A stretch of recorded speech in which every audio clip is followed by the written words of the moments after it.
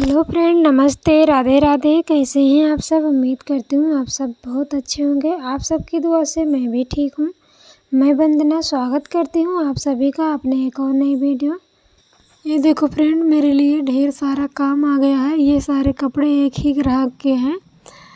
2 dress है, school की dress है और एक विदाउट ड्रेस है। तो इसका नीले वाले का ट्यूनिक बनाना है। छोटे बच्चों के लिए 2 ट्यूनिक बनाना है और ये विदाउट ड्रेस है। इसका सूट बनाना है हाफ कॉलर। फ्रेंड, जब मैं बनाऊंगी तो आप लोगों के साथ शेयर करूंगी। और ये देखो फ्रेंड, दुपट्टा है, इसको भी सिलना है किनारे पे। ये ड्रेस है और इसका सलवार बनाना है सफ़ेद वाले का। और इसका सूट बनाना है फुल कॉलर, क्योंकि स्कूल ड्रेस है तो फुल कॉलर बोली है सिलने के लिए। तो फ्रेंड, जब भी सूट की कटिंग स्टिचिंग करूँगी तो आप लोगों के साथ शेयर करूँगी। फ़िलहाल अभी मैं चल रही हूँ सलवार की कटिंग करने, जो ये सफ़ेद वाला है। फ्रेंड, मैं सबसे पहले इस सलवार की कटिंग स्टिचिंग करूँगी, फिर मैं सूट की कटिंग स्टिचिंग करूँगी। तो फ्रेंड, अगर सलवार की कटिंग स्टिचिंग देखना चाहते हो तो वीडियो में लास्ट तक बने रहिएगा। फ्रेंड, इस सलवार का कपड़ा बहुत कम है, 2 मीटर से थोड़ा कम ही है, 1.25 मीटर है। तो फ्रेंड, सबसे पहले कपड़े को ओपन करके कपड़े का एक सिरा लेंगे, इस तरह से फोल्ड कर देंगे। ये देखो, इस तरह से फोल्ड करके फ्रेंड हम 8 इंच पे निशान लगाएंगे।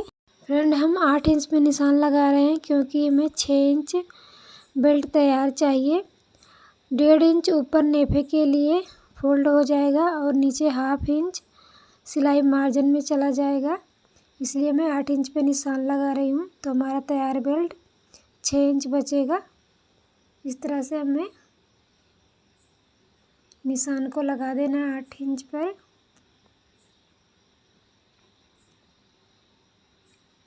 फ्रेंड, बहुत ही कम कपड़े में मैं सलवार की कटिंग कर रही हूँ। ये 2 मीटर से थोड़ा कम ही है, 1.25 मीटर है। फ्रेंड, ये कपड़ा कम भी है और इसका अर्ज भी बहुत कम है। फ्रेंड, अर्ज की लंबाई कम से कम 40 इंच तो होनी चाहिए, लेकिन इसका बहुत कम है। अगर अर्ज होता है इसका तो मुझे इसके बेल्ट में जोड़ नहीं लगाना पड़ता।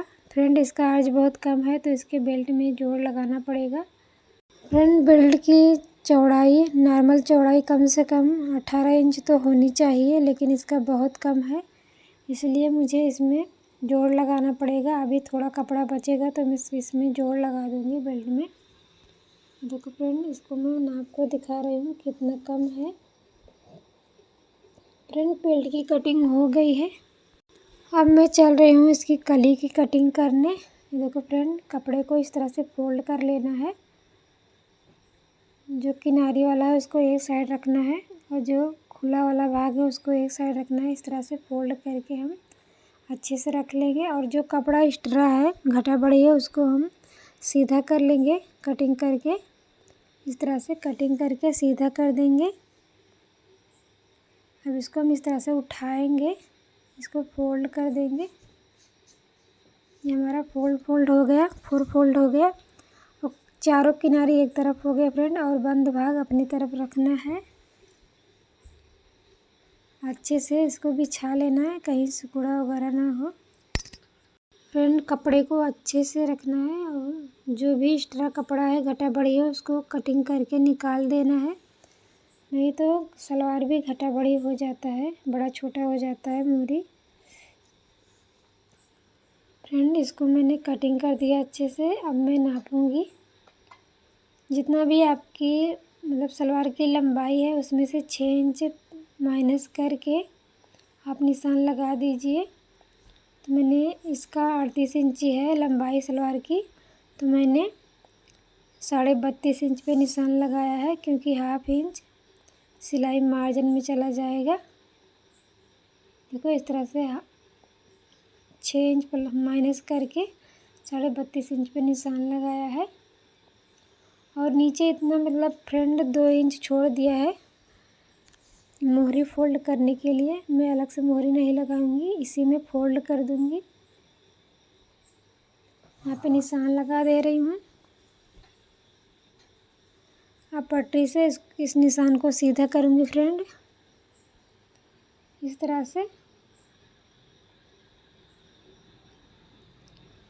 फ्रेंड जितना भी मोहरी की चौड़ाई है मैं नापूंगी, इसका मोहरी रखना है। मोहरी की चौड़ाई 2 इंच है। और फ्रेंड इसका मोहरी का गोलाई है 12 इंच, तो मैंने 7 इंच पे निशान लगाया है, क्योंकि यहाँ पे 1 इंच प्रेस करके निशान लगाया है। 1 इंच सिलाई में चला जाएगा। अब फ्रेंड जितना भी ये कपड़ा बच रहा है, ये कपड़ा है जितना, उसका हाफ करेंगे। इस तरह से पहले नापेंगे जितना कपड़ा है ये, उसका हाफ करके इस तरह से निशान लगाएंगे। जितना ये कपड़ा है उसका हाफ करके बीचों बीच पे निशान लगा देंगे। अब निशान लगाने के बाद यहाँ से लेकर यहाँ तक मिला देंगे फ्रेंड इसको, इस तरह से।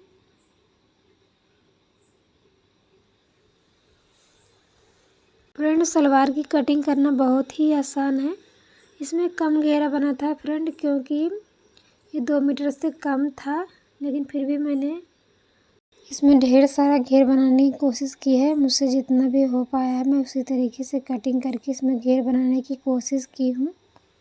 फ्रेंड देखो, इस तरह से तिरछा निशान लगाना है मोहरी के पास, ताकि हमारा ये जाके इस पे बैठ जाए। इस तरह से तिरछा निशान हम लगाते हैं। अब इसी के ऊपर हम इसकी कटिंग कर लेंगे फ्रेंड।